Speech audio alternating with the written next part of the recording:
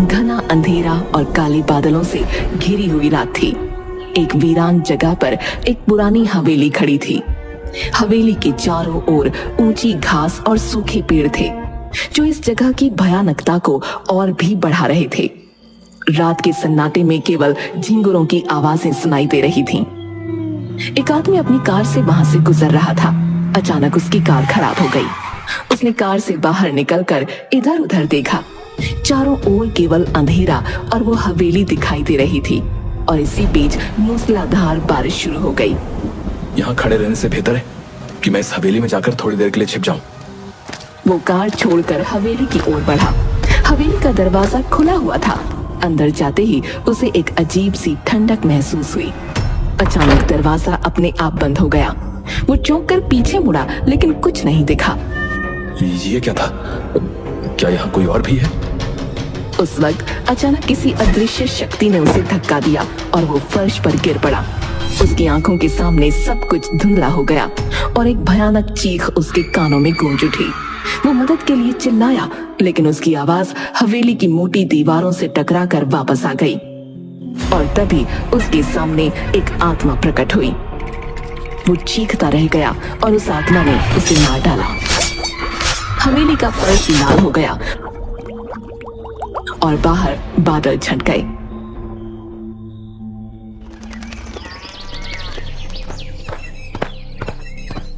Happy birthday दादाजी। अब thank you मेरे बच्चे, हमेशा खुश रहे। जन्मदिन की शुभकामनाएं पिताजी।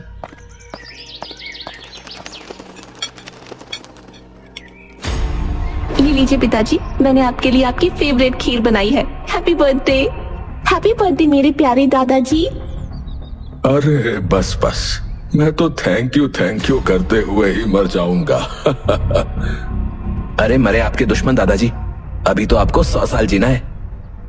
आज आत्माराम का जन्मदिन था और उसका पूरा परिवार उसके जन्मदिन की सेलिब्रेशन में लगा हुआ था। उसका बेटा सुरेश, बहू मीना, पोता कमल और पोती तान्या, सभी लोग उससे बहुत प्यार करते थे। दादाजी, आज आपके जन्मदिन पर आपके लिए एक बड़ा सरप्राइज है। अब सरप्राइज? क्या सरप्राइज है बेटा? हाँ बेटा, क्या सरप्राइज है? तूने हमें बताया नहीं। चलो सब पता चल जाएगा। सभी लोग गाड़ी में बैठकर एक रास्ते पर चल पड़े। कमल ड्राइव कर रहा था और आत्माराम सरप्राइज के लिए काफी खुश और एक्साइटेड था। कमल ने एक वीरान रास्ते पर गाड़ी रोकी और सब बाहर निकले। सामने वही पुरानी हवेली थी, जिसे देखकर आत्माराम हैरान रह गया।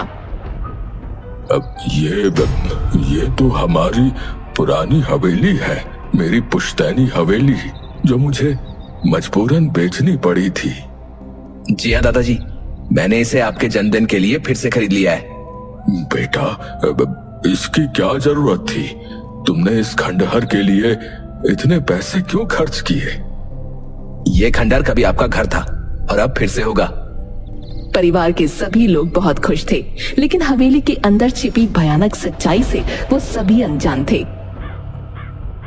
कमल, ये सब ठीक है, लेकिन यहाँ रहना सुरक्षित नहीं है। चलो वापस चलते हैं। अरे दादाजी, हम यहाँ आपके जन्मदिन का जश्न मनाने आए हैं। इस वीकेंड हम यहीं रहेंगे। नहीं कमल, मुझे वापस चलना है। यहाँ कुछ ठीक नहीं लग रहा। ओफो दादाजी, अब कोई बहस नहीं, हम यहीं रहेंगे। आप घबराओ नहीं, यहाँ कोई खतरा नहीं है। मैंने सफाई करवा ली थी। आत्माराम ने एक आखिरी बार कोशिश की, लेकिन कमल ने उसकी एक न सुनी। सभी लोग हवेली के अंदर चले गए। उन्हें नहीं पता था कि इस जगह पर क्या चीज उनका इंतजार कर रही है।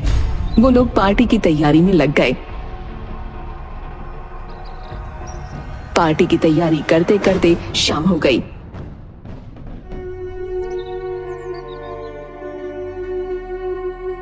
सामने केक रखा गया और उसमें मोमबत्तियां लगाई गईं। चलिए दादाजी, अब केक काटिए। पहले मोमबत्तियां बुझाइए। अब हाँ करता हूँ।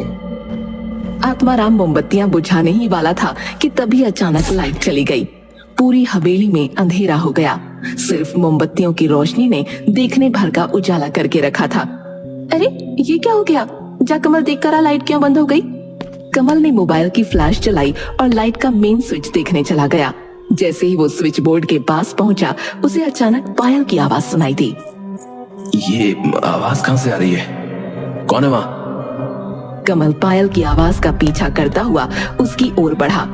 उसे लगा कोई औरत आगे आगे भाग रही है। वो आवाज का पीछा करते हुए हवेली के पिछले हिस्से में पहुंच गया। रुक जाओ, कौन हो तुम? सामने आओ। जैसे ही वो और आगे बढ़ा, अचानक एक बिल्ली कमल के ऊपर कूद पड़ी और फर्श पर गिर पड़ा। उसकी चीख हवेली में गूंज उठी। कौन हो तुम? मुझसे दूर रहो। तभी अचानक लाइट वापस आ गई। परिवार के सभी सदस्य कमल की चीख सुनकर उसके पास दौड़े आए। कमल, क्या हुआ? तुम ठीक तो हो? हाँ, मैं ठीक हूँ, लेकिन यहाँ कुछ अजीब था। अब मैंने कहा था ना, यहाँ कुछ ठीक नहीं है। हमें तुरंत यहाँ से चलना चाहिए। अरे नहीं, वो मेरा वहम होगा। एक बिल्ली मेरे ऊपर कूद पड़ी, इसलिए मैं डर गया बस। सबकी आंखों में डर और चिंता साफ झलक रही थी।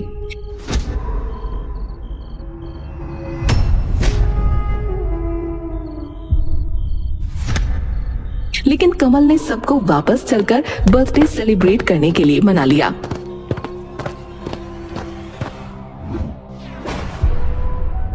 Happy birthday to you, happy birthday to you. अब ये कौन बोला?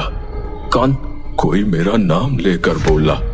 अब नहीं पिताजी, हम ही लोग तो बोल रहे और हमने आपका नाम नहीं लिया। मीना केक खाकर हाथ धोने के लिए बाथरूम में गई।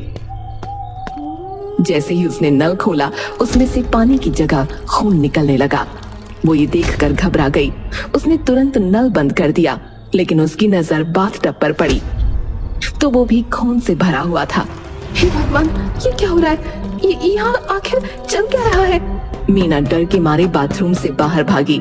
जैसे ही वो हॉल में पहुंची, उसने देखा कि सभी के गले कटे हुए हैं और वो सब खून में लथपथ पड़े हैं। नहीं, ये नहीं हो सकता। तुम सबको क्या हो गया? ये किसने किया? मीना की चीखों से हवेली गूंज उठी। उसने अपनी आंखें बंद कर ली और जोर जोर से चिल्लाने लगी, बचाओ, बचाओ! किसी ने मेरे परिवार को मार डाला। तभी सुरेश ने मीना को झकझोरते हुए जगाया। मीना ने देखा कि सब लोग सही सलामत खड़े हैं। मीना, क्या हुआ? तुम इतनी घबराई हुई क्यों हो? वो सब लोग मर गए थे। खून, हर जगह खून था। शांत हो जाओ मम्मी, ये सब आपका भ्रम था। हम सब ठीक हैं। मीना को राहत मिली, लेकिन उसका दिल अभी भी तेजी से धड़क रहा था। वो समझ गई कि इस हवेली में जरूर कुछ बहुत भयानक है, जो अब भी उनके आसपास है। तभी तान्या को हवेली के बाहर कोई खड़ा नजर आया। वो सम्मोहित होकर उसकी तरफ जाने लगी।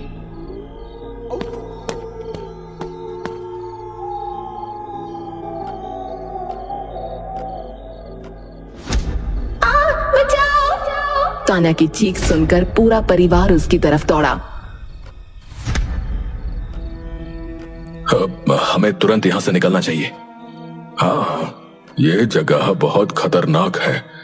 चलो जल्दी करो। वो लोग वहां से निकलने के लिए अपना सारा सामान समेटने लगे।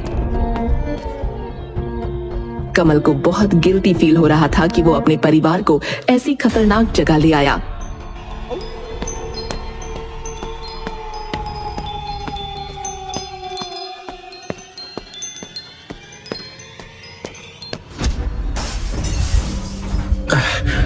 आप ठीक तो हैं दादाजी? हाँ, मैं ठीक हूँ, पर ये झूमर अपने आप कैसे गिर पड़ा? इस हवेली में कुछ भी अपने आप नहीं हो रहा। यहाँ कोई आत्मा या भूत प्रेत है। चलो जल्दी यहाँ से निकलो। सब लोग खौफ से बाहर की तरफ भागने लगे। कमल ने मुड़कर देखा तो सुरेश अपनी जगह पर ही खड़ा हुआ था। अरे क्या हुआ पापा? आप वहाँ क्यों खड़े हो? जल्दी बाहर आओ। नहीं, मैं नहीं आऊंगी। ये तू क्या कर रहा है? जल्दी बाहर आ। मैं तो बाहर नहीं आऊंगी, तो वापस अंदर आएगा आत्माराम। आप ये क्या बोल रहे हैं? और आपकी आवाज को क्या हो गया है? क्या बात आत्माराम, तूने अपने परिवार को कुछ बताया नहीं? तू जो भी है, मेरे बेटे को छोड़ दे। जो भी है, तुम तो ऐसे बोल रही हो आत्माराम जैसे मुझे जानते ही नहीं। कमल, ये तुम्हारा बाप ऐसे नहीं मानेगा। उसे खींच कर बाहर लाओ। कमल सुरेश के पास पहुंचता है और उसका हाथ पकड़कर खींचने लगता है, पर तभी सुरेश अपने दूसरे हाथ से कमल को धक्का देता है और वो दूर जाकर दीवार से टकराता है। अगर तुम सबको अपनी सलामती चाहिए तो वापस अंदर आ जाओ, वरना तुम्हें पता नहीं है कि मैं क्या क्या कर सकती हूँ इस आदमी के साथ। देखना चाहते हो तो देखो। ये कहकर सुरेश ने पास में पड़ा हुआ चाकू उठाया और अपने आप को मारने लगा। ये सब देखकर वो लोग घबरा गए। भगवान करे तुझे कभी मुक्ति ना मिले और तू ऐसे ही भटकती रहे। मेरे पापा को छोड़ दे, तो जो भी है। तुम कौन हो? तुम्हें आखिर चाहिए क्या? तुम जो कहोगी हम वो करेंगे, बस मेरे पापा को छोड़ दो। अच्छा ऐसी बात है तो आत्माराम ये शुभ काम तुम खुद करोगे? सच बताओ और मुझे मेरा बदला दो।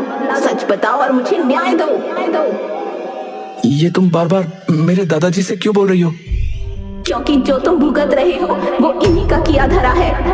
अब मुझे माफ कर दो। तुम्हारे लिए कोई माफी नहीं है, सिर्फ सजा है और सजा से पहले सच है। सच से बेहतर है कि मैं मर ही जाऊं। ठीक है, अगर तुमने अपने मुंह से सच नहीं बोला तो तुमसे पहले ये तुम्हारा बेटा मरेगा। रुको, मैं सब बताता हूँ। कि जब वो 19 साल का था तब उसने इस हवेली में काम करने वाली एक मुन्नी नाम की नौकरानी के साथ दुष्कर्म किया था और वो किसी को कुछ ना बता दे, इसलिए उसका कत्ल करके इसी हॉल में दफना दिया था। तब से इस हवेली में कोई नहीं रह पाया, क्योंकि मुन्नी की प्यासी आत्मा इस हवेली में भटक रही है। वो न्याय चाहती है, वो बदला चाहती है। दादाजी मैंने सच बता दिया है मुन्नी, अब मुझे मार डालो। मैं इस शर्मिंदगी के साथ जिंदा नहीं रह सकता। आत्माराम का इतना कहना था कि मुन्नी की वो प्यासी आत्मा सुरेश के अंदर से निकली और आत्माराम में प्रवेश कर गई।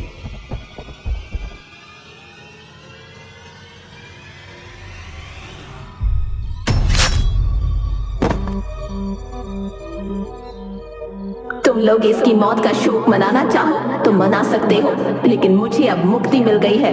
मैं जा रही हूँ, ये हवेली अब तुम्हारी है हमेशा के लिए। मुन्नी को मुक्ति मिल चुकी थी। आत्माराम की लाश सामने पड़ी थी।